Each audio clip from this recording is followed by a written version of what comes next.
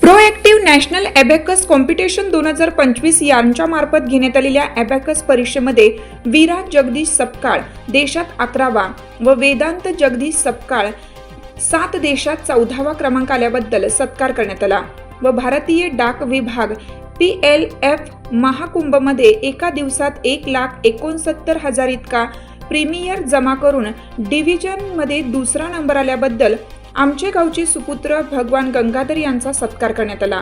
या कार्यक्रमाला औरवाड गावचे लोकनियुक्त सरपंच शफी पटेल, आमच्या गावचे पोलीस पाटील अमोल कोल्हे व मुस्ताक पटेल सर, अण्णा कांबळे, रवी माने, सागर एवळे, लालासो कांबळे, लक्ष्मण जगताप व आदी उपस्थित होते। कामामधनं आपलं यश प्राप्त करतात हे खूपच चांगलं आहे आमच्यासाठी।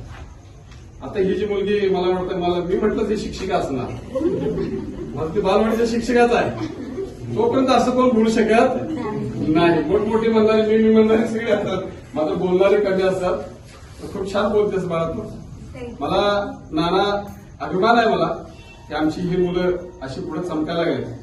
मी आता जास्त काय देऊ शकत नाही, मात्र मी माझ्या वतीने या मुलांना 500-500 रुपये आता देऊ इच्छितो।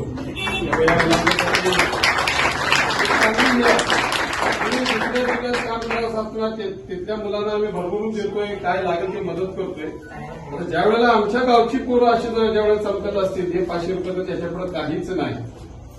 सरपंच बघा, म्हणजे सरपंचाच्या खिशात पैसे आले म्हणजे गावातल्या खिशात देतो। मी अंकुशला सांगेन की हे 500 रुपये त्या मुलांना द्यावं, ते आणि हे 500 रुपये त्या मुलांना देते। या रे बाबा, या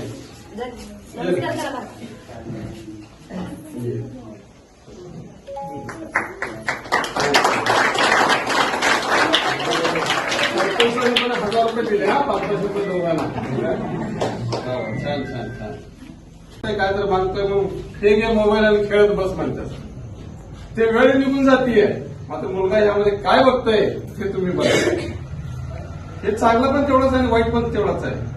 त्यासाठी आपल्या मुलाला जर घडवायचं असेल यापासून दूर ठेवा आणि चांगलं शिक्षण उत्तमरित्या आत्तापासूनच, मग ते 1 वर्षाचा असू दे किंवा 10 वर्ष असू दे किंवा 15 वर्ष असू दे, या मुलांना या विषया मोबाईल पासून दूर ठेवा आणि चांगलं शिक्षण असलं ते आहे जे मुलं आपल्या देशाचं, आपल्या गावचं आणि आपलं नाव करतील। मी जास्त काही नाही बोलता, नाहीतर शिक्षण लोक बोलायला पाहिलं तर लईच बोलतात, तर मला खूप अभिमान आहे मी या दोन्ही चिमुकलांचा आणि आमच्या भगवानचा परत एकदा अभिनंदन करतो।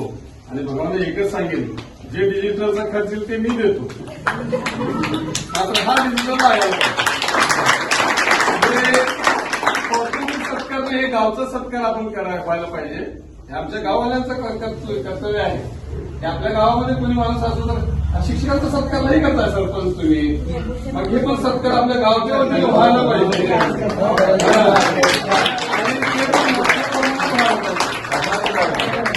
शिक्षणामध्ये कुठलाही कुणाचाही मूल येऊ दे पुढं, त्या मुलांचा अवश्य त्याच्या पाठीवर थाप द्या।